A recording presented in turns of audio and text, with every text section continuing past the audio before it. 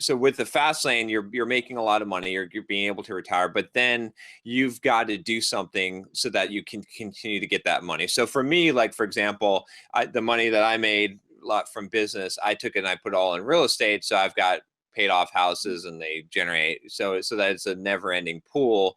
What's your strategy? Do you have real estate? Do you have, I mean, obviously you're not advocating to start investing in the stock market, but do you invest in the stock market now and get dividends? Oh, absolutely. See, I'm not totally against the stock market. I'm against the stock market as a vehicle for wealth. Right. I mean, if you look at the formal definition of the stock market, it says nothing about making you rich. Right. Right. And yet that's how it's promoted. I use the stock market to create liquidity and income. Right. So for me, yes, I have a lot of money in the stock market, but it's not necessarily stocks. It's dividends, dividend paying stocks, municipal bonds, things that pay me rent. Right. You buy a house and you get rent for someone living in there. Well, when I give out my money into the stock market, which is just a capital market, I expect rent in return. And it's unfortunately, or fortunately, however you look at it, it can be terribly boring. Right. And that's the whole point. I don't look at it as I'm not looking to get rich. I'm looking to get paid for my money for renting it. So I'm not looking for 10%. I'm looking for 5%. Exactly. Because a 5% return on $10 million is, I believe it's like $80,000 a month. Right. And that's without touching the principal. And it's boring because it's municipal bonds, it's dividend stocks, it's nothing. I mean, I don't own any stocks in Apple. I don't own any stocks in Netflix or any of these high-flying things. It's extremely boring because it's almost like Vegas. Right. I don't go to Vegas to make a killing. I go to Vegas to be entertained. Yep. So it's that kind of how you approach it standpoint.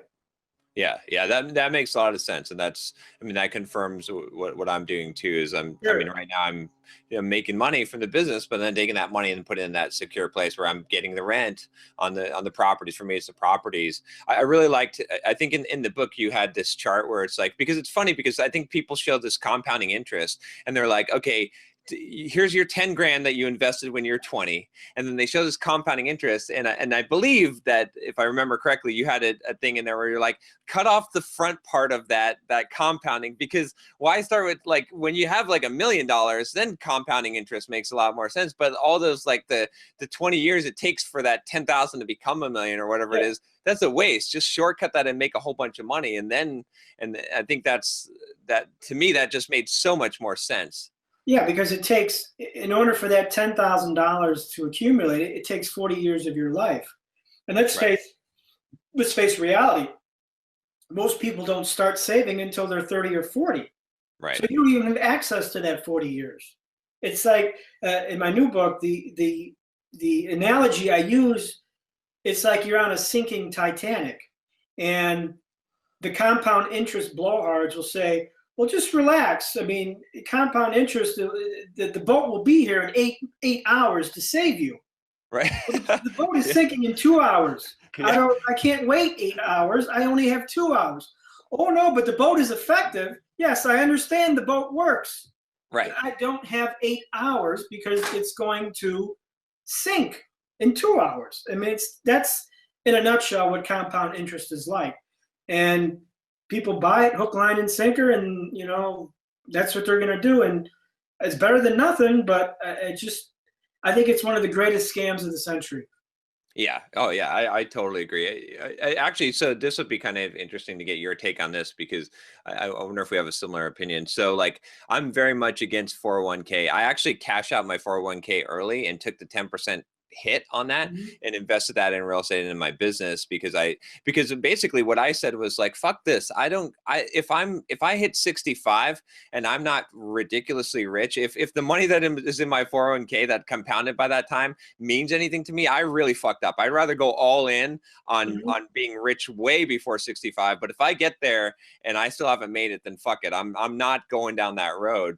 What's your opinion on that? Because so many people, like, this is one of those things, like my accountant, you know, everyone I talk to, they're like, oh, you're ridiculous. You're stupid. You should be doing max investment in 401k. It's tax deferred. And I'm like, I don't care about money when I'm 65. I don't, like, at that point, I should be a billionaire, or at least, you know, multi-deca millionaire, and that money won't matter. But they don't seem to get it. So, I mean, if I'm wrong, tell me I'm wrong. But no, you're not wrong, because you're thinking like a fast laner as opposed to a slow laner. It's like someone just posted on my forum this example, like, if you want to, you know, you want to learn how to fly, don't ask a cheetah, because he's going to tell you how to run.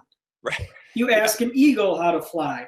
And so that's what's happening when you're asking a slow lane prognosticator, you know, about 401ks and whatnot, and deferred. I mean, those are great. I mean, if you have a job and you have someone, you know, contributing, matching funds and all that, sure, that's free money, take it.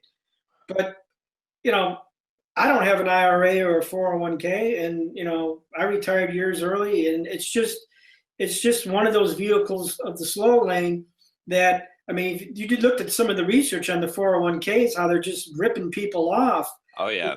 Management fees. And a lot of people don't even know what that's all about. They just get a statement every month, and they see, you know, a couple dollars they made, and they don't know that half of it was already taken by the management fund. So that's a whole book in itself. Not an exciting book I would like to talk about, but yeah, that's actually, so I think Tony Robbins' Money Mastered the Game, and then he did another one, Unshakable. It basically does that. It basically shows you where your mutual fund, you know, again, I don't, that, you know, I like the book because he reveals that, but I don't like the strategy of 50 years. Here's a good question. How did Tony Robbins get rich? That's a great question. Yeah, it wasn't investing. Is it from the advice in those books? Compound interest, 401ks? No, he's attached to a different equation, isn't he? Exactly. He's not in the equation of intrinsic value and getting a job and getting a pay raise. He's in a scalable metric where he can sell many books, many seminars, many motivational courses, and that's how he got rich. And yet he is selling this other strategy, which is not responsible for his wealth.